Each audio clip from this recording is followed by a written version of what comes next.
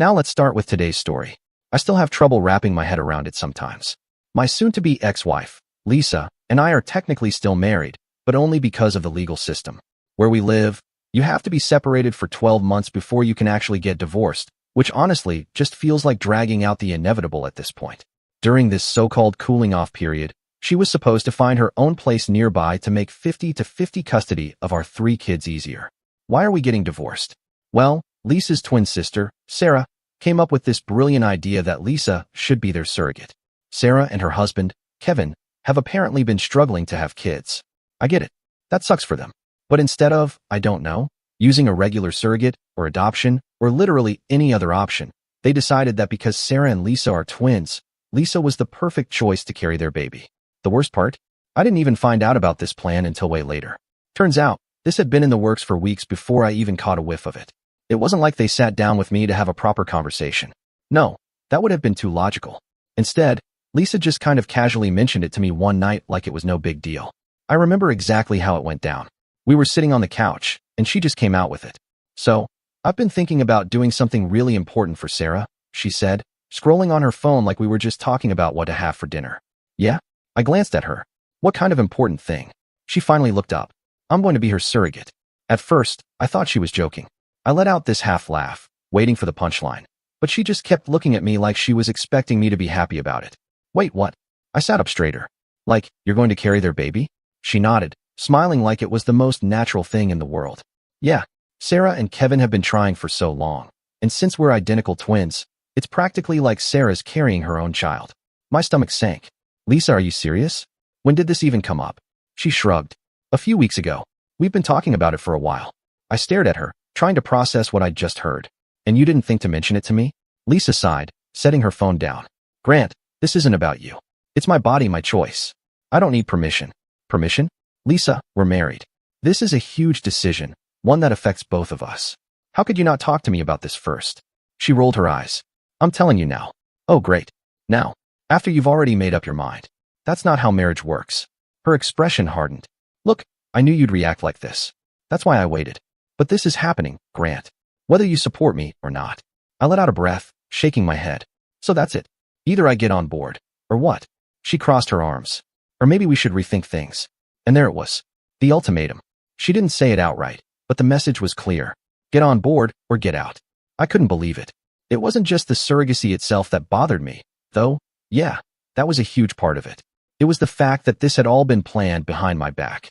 Lisa, Sarah, and Kevin had been scheming this whole thing for weeks, maybe even months, without even giving me a heads up. And now, I was just supposed to be cool with it? I looked at her for a long moment. If you go through with this, we're done.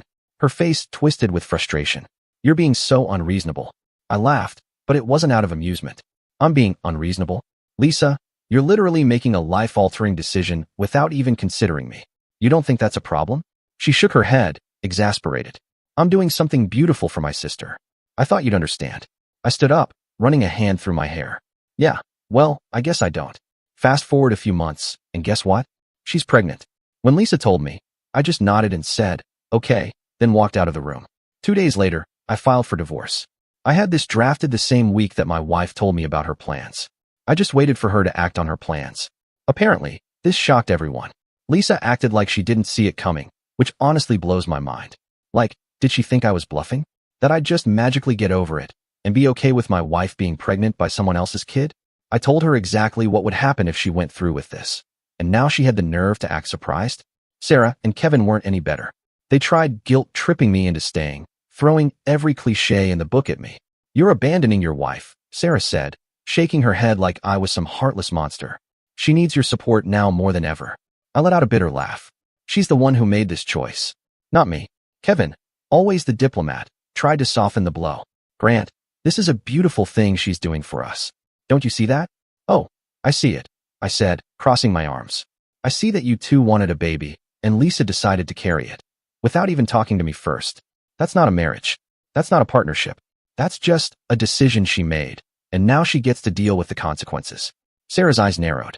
You vowed to stand by her, no matter what. And she vowed to respect me and not make life-changing decisions behind my back. I shot back. So here we are. And that was that.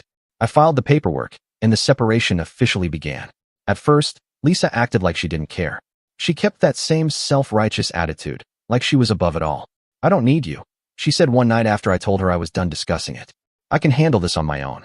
Great, I said. Then do that. But as the months passed, reality started catching up to her. Suddenly, she wasn't as confident. She wasn't as in control. After I filed for divorce, the tension in the house became unbearable. Lisa started acting like nothing had changed, like I was still supposed to care about her pregnancy, or, worse, like I should be involved in it somehow. Meanwhile, I had already mentally checked out. Why would I invest energy into a pregnancy that wasn't mine? A pregnancy that was the exact reason we were splitting up? She didn't move out, of course. Finding a place in our area wasn't easy, especially not while pregnant. She kept saying she wanted to stay close for the kids' sake. But let's be real, it was more about convenience for her. Every time she needed something, she still expected me to act like her husband. One night, she walked into the living room where I was watching TV. Can you run to the store for me? I didn't even look away from the screen. For what? Pickles. And maybe some ice cream. I let out a dry laugh. Yeah, that's not my job anymore. She sighed, like I was being unreasonable. Grant, come on. It's just a quick trip. I finally turned to face her. Lisa, I'm not your husband anymore. Go ask Sarah or Kevin to do it. Her jaw tightened, but she didn't say anything. Instead, she turned and walked away. As the weeks went on, she started dropping more and more hints about how hard everything was. How stressful it was. How much she had to do alone. At first, I just ignored her. I mean, what did she expect? That I was going to swoop in and save the day like I had during her previous pregnancies? Those were our kids. This was entirely her and her sister's decision. I didn't sign up for any of it. Eventually, the hints turned into outright complaints. I don't know how I'm going to do this without you, she said one evening, rubbing her belly like that would somehow make me care. I barely glanced up from my laptop. Call Sarah. Call Kevin. She let out a frustrated sigh. It's not fair that I have to go through this alone. I closed my laptop and looked at her. Fair? You really want to talk about fair? Because I don't think it was fair to make this decision without me. But here we are. She didn't have an answer for that. Just pursed her lips and looked away. I kept telling her the same thing. Sarah and Kevin were the ones who wanted this baby. They were the ones who made all these promises about how amazing this surrogacy journey would be. Let them step up. But of course, they were nowhere to be found most of the time. Kevin, in particular, seemed to be checking out of the whole situation. He showed up for the big stuff, doctor's appointments, the occasional baby-related errand, but day-to-day, missing in action. One night, out of pure curiosity, I asked Lisa, where's Kevin been lately? Thought he was supposed to be all in on this. He's been taking care of Sarah, she said, shifting uncomfortably. She's still recovering from her car accident. Fair enough, I admitted. But it's not like he didn't know this baby was coming. Shouldn't he have planned for this? Lisa's expression tightened. He's doing his best. He's under a lot of stress right now. I scoffed. Yeah? And you're not? She didn't answer, but that was enough for me. She didn't want to admit it, but Kevin's priorities had clearly shifted. He had an easy out, and he was taking it. Meanwhile, Lisa was leaning harder and harder on me, as if I was somehow obligated to pick up the slack. She started asking for little favors, carrying groceries, setting up the crib, even rubbing her back when she was sore. Every single time, I shut her down. Grant, can you help me with this? Nope. Not my kid, not my problem. One night, things finally came to a head. She was sitting on the couch, rubbing her belly and sighing dramatically, clearly trying to get my attention. I ignored her as long as I could, but eventually, she spoke. You know, she said, her voice laced with irritation, you're still my husband. You could at least pretend to care. That was it. I snapped. No, I'm not your husband anymore. Not in any way that matters, I said, standing up. You made your choice when you decided to do this behind my back. Don't come to me now because you're realizing it's harder than you thought. Call Kevin. Call Sarah. Call literally anyone else. But leave me out of it. Her face crumpled, and just like that, the waterworks started. That had become her go-to reaction whenever things didn't go her way. But at this point, I was immune to it. I'm going to bed, I said flatly, walking away as she sat there sobbing on the couch. The next few weeks were more of the same. She kept trying to guilt me into helping, and I shut her down every time. It wasn't just about setting boundaries for myself, though that was a big part of it. It was also about principle. If I started helping now, even a little, Lisa would take it as a sign that I was softening. And then I'd never be able to get out from under her demands. Things took another turn when the baby was born. I stayed out of it completely, didn't go to the hospital, didn't visit, nothing. I had told her ahead of time that I wouldn't be involved, so it wasn't like she didn't know. Still, she called me from the hospital, crying and begging me to come. Grant, please. I don't want to do this alone, she sobbed into the phone. I'm scared. I kept my voice calm, firm. You decided to get screwed by a man who was not your husband. That decision was made by you alone, so don't drag me in this. Kevin put that baby in you. Better call him. She let out a shaky breath. I did. He's not picking up. Then call Sarah. Call your mother. This is their problem, not mine. You're being cruel, she whispered, her voice thick with tears. I sighed. No, Lisa. I'm keeping my word. You knew where I stood before any of this happened. She didn't respond. A second later, the line went dead. When she came home with the baby, that's when the real chaos started. It was like she thought that bringing the baby into the house would magically make me care. Spoiler, it didn't. She started leaving baby things all over the place. Bottles in the kitchen, diapers on the couch, like some kind of psychological warfare tactic to force me into acknowledging it. But I didn't bite. I just stepped over the mess and went about my day. At night, it was even worse. The baby would cry, and she'd come knocking on my door. Grant, please, just this once. Can you help? She pleaded, her voice exhausted. No. She let out a frustrated huff. For God's sake, it's 3 a.m. I haven't slept in days. Your baby, your problem. Now go deal with it. I didn't even get out of bed. Not my kid, not my problem. There was a long silence, and then I heard her stomp off down the hall. The next day, she slammed cabinets and muttered under her breath about what a terrible person I was. I'll admit, there were moments when I felt a twinge of guilt. Not because I thought I was wrong, but because the baby was innocent in all of this. It wasn't the kid's fault that their parents were a mess. But at the same time, I knew that stepping in wouldn't actually help the situation. It would just enable Lisa to keep relying on me instead of the people who actually wanted this baby in the first place. The final straw came when Lisa outright demanded that I take a more active role. You can't just pretend this isn't happening. She snapped one evening, standing in front of me with the baby in her arms. It's not fair that I'm doing everything on my own. I barely looked up from my laptop. Then call Kevin. I did. He's busy with Sarah, again. I shrugged. Not my baby, not my problem. Her eyes blazed. You are so goddamn selfish. You owe me this much. That got my attention. I set my laptop aside and met her glare head on. I don't owe you anything, I said flatly. You are behaving like I cheated on you, she screamed. I stood up and said, I don't care if you slept with your child's father, or if you cheated. You disrespected me by getting pregnant by another man. I warned you. I was against it, and there will be consequences. You claimed that it was your body, your choice. Now, it is my life and my choice. This is your responsibility. Deal with it. That was it. That was the moment she finally broke. You're a heartless monster, she spat. One day, you're going to regret this. She stormed off, and for a second, I thought that was the end of it. But then, an hour later, she reappeared, a bag slung over her shoulder and the baby bundled up in her arms. I can't do this, she said, her voice shaking. Not with you acting like this. I just nodded. She stared at me for a long moment, waiting, like she thought I might try to stop her. I didn't. 2 days later, Lisa left with the baby. I thought, finally, this might actually be the break I need. I wasn't naive enough to believe she was gone for good, but for a couple of days, the house was quiet. No crying baby, no guilt trips, no arguments. It felt like a weight had been lifted off my chest. But of course, nothing ever stays simple when Lisa is involved. The call started the next morning. First from her mom, then her sister. Yes, the same sister who masterminded this whole mess, and even her sister's husband. It was like they had coordinated a campaign to wear me down. Every single one of them had the same talking points.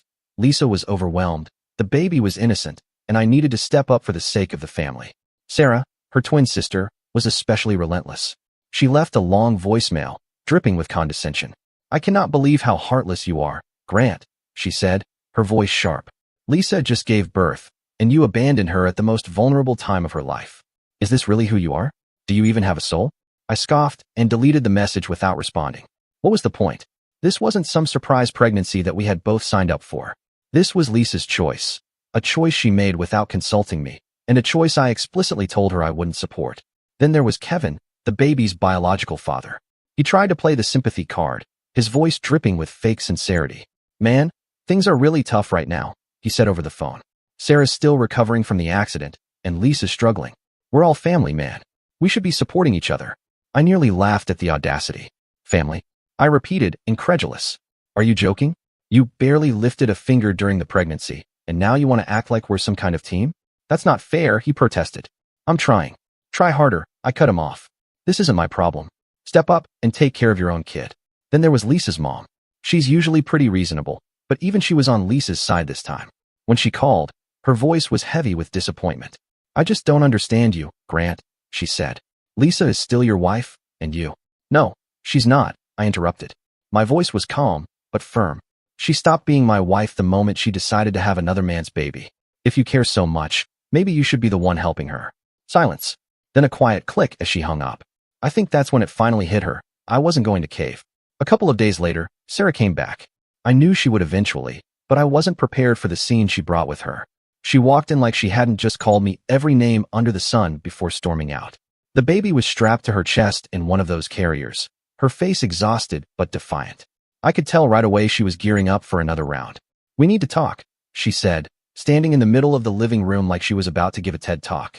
I didn't even look up from what I was doing. About what? This. She gestured to the baby like I didn't already know what this was. You can't just ignore us forever. I'm not ignoring you, I said flatly. I've been very clear. This is your responsibility, not mine. That was all she needed to launch into another long-winded speech about how hard it was being a single mom, how unfair it was that she had to do everything on her own. She kept saying things like, this isn't what I signed up for, and I never thought you'd turn your back on me like this. I sat there and let her talk. What was the point of arguing? She wasn't looking for a solution. She just wanted someone to blame. When she finally stopped, I met her gaze and said, you signed up for this the moment you decided to carry their baby. Don't act like this is my fault. That set her off. She started yelling, her face twisted in frustration. You're being cruel, Grant. You have no idea what I'm going through. You think this is easy for me? One day, you're going to regret this. I know you will. The baby started crying, probably because she was yelling so damn loud. She turned to me, snapping, are you just going to sit there? Do something. I shrugged. Not my baby, not my problem. Her face turned red, and she stormed off to the bedroom, slamming the door so hard it rattled the walls. The baby kept crying, but I didn't move. If she wanted to scream and slam doors, fine. But I wasn't about to let her dump her problems on me. That night, she tried a different tactic. Instead of yelling, she came into the kitchen while I was making dinner and played nice. She leaned against the counter, watching me cook, her voice softer, almost hesitant. I miss the way things used to be, she said after a long silence. I kept chopping vegetables, not looking at her. That makes one of us. She sighed, stepping closer. I mean it, Grant. I still love you. I want us to be a family again. I scoffed. A family? I turned to her, raising an eyebrow. This was a family. You threw that away. She swallowed hard, her eyes glistening. I made a mistake. I set the knife down and crossed my arms. Yeah, you did. She nodded, then took a shaky breath. I'm sorry. She even apologized, sort of. She said she was sorry for how things turned out, but she still didn't take any responsibility for her choices. I wasn't buying it. That ship has sailed, I told her, my voice flat.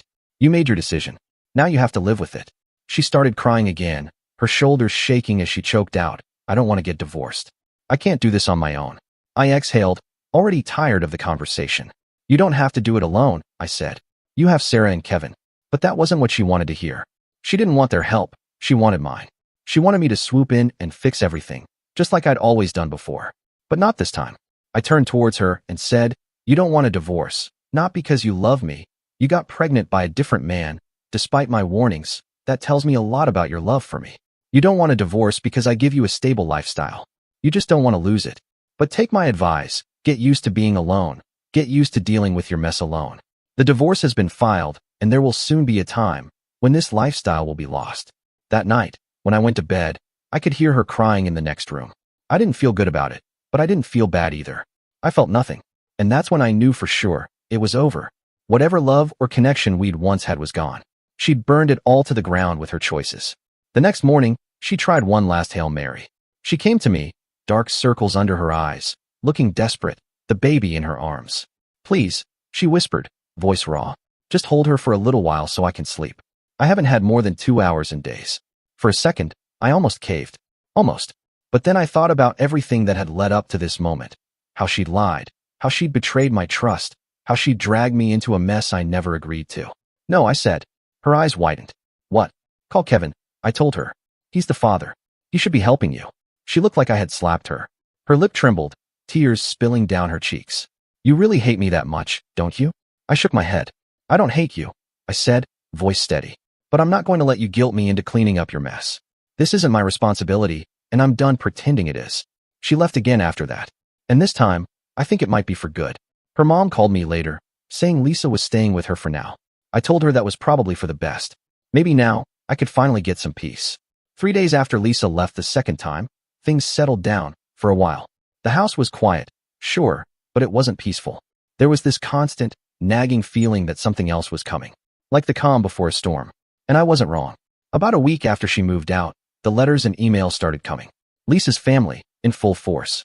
Not just the usual guilt trips and emotional manipulation. I was used to that, but full-on arguments. It was like they were trying to wear me down with sheer volume. Lisa's mom wrote me this long letter about how I was being unreasonable, how family always comes first, and how I needed to step up. She went on about how hard things had been for Lisa growing up, how much she had sacrificed, and how I owed it to her to support her now. I read it, sighed, and tossed it in the trash. What was I supposed to do with that? It wasn't like they were saying anything new. They'd been on this "you're the bad guy" train since the beginning, and at this point, it was just noise. Sarah and Kevin, on the other hand, took a more direct approach. Kevin showed up at my house unannounced one evening. When I opened the door and saw him standing there looking all awkward, I knew this wasn't going to go well. "Hey, man," he said, trying to sound casual. "Can we talk?" I leaned against the doorframe, crossing my arms. "About what?" He shifted uncomfortably, like he was debating whether to come in or just turn around and leave. Finally, he sighed. "About the baby. About everything, really." I didn't move. "Say what you need to say." He looked surprised, like he thought I'd actually invite him in. Not a chance. He started rambling, talking about how hard things had been for him since Sarah's accident, how he was trying to juggle everything, and how he really needed me to step up and help out. "For Lisa's sake," he added. "For Lisa's sake?" I repeated, cutting him off. My voice was sharp, and I saw him flinch. "This has nothing to do with me. That's your baby. Your wife's sister agreed to this knowing full well what it meant. Why are you even here?" He looked flustered. "It's not just about the baby. It's about family. We're all connected in this." I let out a short, humorless laugh. "No, we're not." He opened his mouth, but I didn't let him continue. "You, Sarah, and Lisa decided all of this behind my back. You excluded me, and now you're acting like I owe you something? Get real." He tried to argue, but I wasn't having it. "Leave," I said, stepping back into the house. "And don't come back unless it's to take full responsibility for your kid." He didn't like that answer, but he didn't have much of a choice. He stood there for a moment, his jaw tightening, then muttered something about how I'd regret this before turning and walking away. Maybe I will. Maybe I won't. Either way, it's not my problem. Meanwhile, Lisa was still at her mom's, and for a brief moment, I thought maybe, just maybe, she had started to figure things out. But nope. Instead, she started using the kids as leverage. One night, she called and asked if she could come over to spend time with them. I said sure, because they're still her kids, and I wasn't going to keep them from her. But when she showed up, it was obvious she had an agenda. She spent the whole evening talking about how hard things were for her, how the baby kept her up all night, and how she just needed a little help to get back on her feet. Then she dropped the real bomb. She brought up the idea of moving back in, just until she could figure things out. I shut that down immediately. "No," I told her flatly. "You made your choice. You don't get to come back here and act like nothing happened." She frowned, her eyes pleading. "Grant, it's not just about me. The kids need their mother." "They have their mother," I said. "You're still their mom, Lisa. But that doesn't mean I have to let you move back in." She exhaled sharply, clearly frustrated. "This isn't fair, to them, to me. You're keeping our family apart." I scoffed. "No, you did that. You chose to blow up our marriage for your sister. You don't get to play the victim here." That was the first time I saw real anger in her eyes. Up until then, it had mostly been sadness, guilt-tripping, and frustration. But this was different. She looked at me like I was the worst person on the planet. "You'll regret this one day," she hissed. "I promise you." Then she grabbed her stuff and stormed out, slamming the door behind her. The weeks that followed were surprisingly uneventful. I settled into a routine with the kids, focusing on giving them as much stability as I could. They asked about their mom sometimes, why she wasn't living with us, why things were different. I kept my answers simple. "Mom and I are figuring things out," I'd say, "but we both love you very much." It wasn't exactly a lie. I still loved my kids more than anything, and I knew Lisa did too, in her own way. But that didn't change the fact that we were on completely different paths now.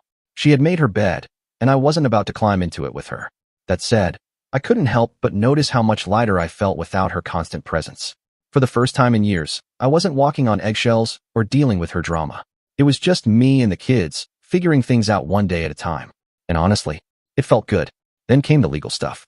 Divorce proceedings officially started, and that opened up a whole new can of worms. Lisa's lawyer tried to paint me as the unreasonable one, claiming I had abandoned her during a difficult time and refused to help with the baby. My lawyer countered with the facts. The baby wasn't mine. I had no obligation to help. And Lisa had made the decision to go through with the surrogacy despite my objections. It was messy, but I wasn't worried. The truth was on my side, and I had plenty of documentation to back it up. Texts, emails, even voicemails, I had it all. Every piece of evidence showed that Lisa knew exactly what she was doing, that I had been clear about my boundaries from the start. But even with the truth on my side, it was exhausting. Every time I thought I was done dealing with her drama, something new would pop up. Her family kept reaching out, trying to guilt me into making things right. Even Sarah and Kevin tried to mediate, as if they had any right to tell me how to handle my life. I ignored them all. I had spent enough time cleaning up Lisa's messes, and I wasn't about to start again. Through it all, one thing became crystal clear: I was done. Done with the guilt. Done with the manipulation. Done with the constant drama. For the first time in a long time, I felt like I was finally in control of my own life again. And no matter how much Lisa and her family tried to pull me back in, I wasn't going to let them. This was my chance to start over, to rebuild, to focus on the things that really mattered: my kids, my own happiness, and a future where I wasn't constantly picking up the pieces of someone else's bad decisions. And for the first time in months, that future felt within reach. After weeks of back and forth drama, I finally got a taste of what my life might look like without Lisa's constant chaos. It wasn't perfect. I was still figuring out how to balance work, being there for my kids, and the ongoing mess of the divorce. But at least it felt like things were finally heading in the right direction. Lisa stayed with her mom for the most part, which made things a lot less tense around the house. She still had her visitation days with the kids, and while I wanted to keep the peace for their sake, it wasn't always smooth sailing. During one of her visits, the kids came back talking about the baby. My youngest, wide-eyed and curious, looked up at me and asked, "Is the baby gonna live with us someday?" I took a slow breath, choosing my words carefully. "No, Bud," I said gently. "The baby is staying with Aunt Sarah and Uncle Kevin." My oldest frowned. "But Mom said she had the baby. Doesn't that mean it's kinda like our little brother?" I rubbed the back of my neck. How do you explain surrogacy to kids? How do you make them understand that their mom's choices had nothing to do with them, without bad-mouthing her? "Mom helped bring the baby into the world," I explained, keeping my voice calm. "But it's different from when she had you guys. This baby isn't coming to live with us. He's part of Aunt Sarah and Uncle Kevin's family." My oldest nodded slowly, clearly trying to act like they understood, but I could see the gears turning in their head. My youngest, though, wasn't satisfied. "But why isn't the baby like us?" I hesitated, searching for a way to explain it in a way that made sense. "Because sometimes grown-ups make choices that are different from what we expect," I said carefully. "But no matter what, you and your sibling are what's important to me." They didn't press further, but I could tell the conversation stuck with them. It stuck with me too, for days. Meanwhile, I had my own life to sort out. The divorce wasn't just emotionally draining, it was financially draining, too. Lisa's lawyer was pushing for spousal support, arguing that she couldn't work because of the baby. "She made this choice," I said, exasperated, as I sat across from my lawyer in his office. "I didn't agree to any of this, and now she wants me to pay for it?" My lawyer nodded, flipping through the paperwork. "That's what they're pushing for, but we have a strong case. The baby isn't yours. This was a surrogacy agreement she willingly entered into. She has her sister and brother-in-law for support." It felt like no matter how many times I set boundaries, Lisa kept finding ways to try and pull me back in. She would call or text at random times, usually when she was in some kind of crisis, expecting me to drop everything and fix it.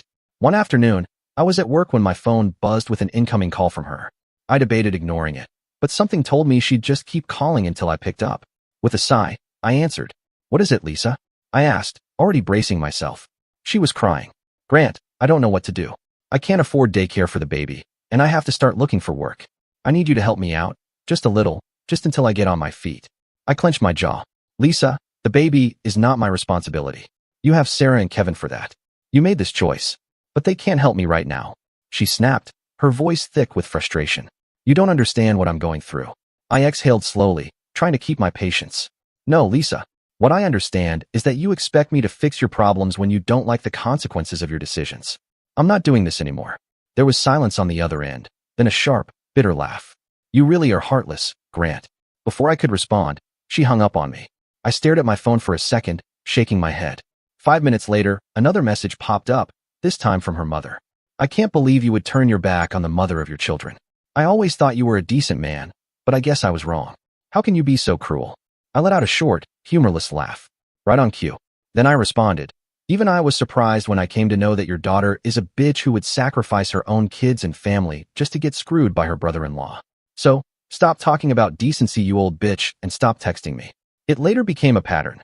Lisa hit a roadblock, and instead of dealing with it herself or turning to Sarah and Kevin, she'd try to drag me into it. At first, I would respond politely but firmly whenever Lisa or her family reached out, trying to rope me into her problems. Over time, though, I realized there was no point. No matter how reasonably I explained myself, they would twist my words to make me the bad guy. So, eventually, I just stopped responding altogether. It wasn't my job to bail her out, and I wasn't going to let her guilt me into thinking otherwise. Despite everything, there were moments when I almost felt sorry for Lisa.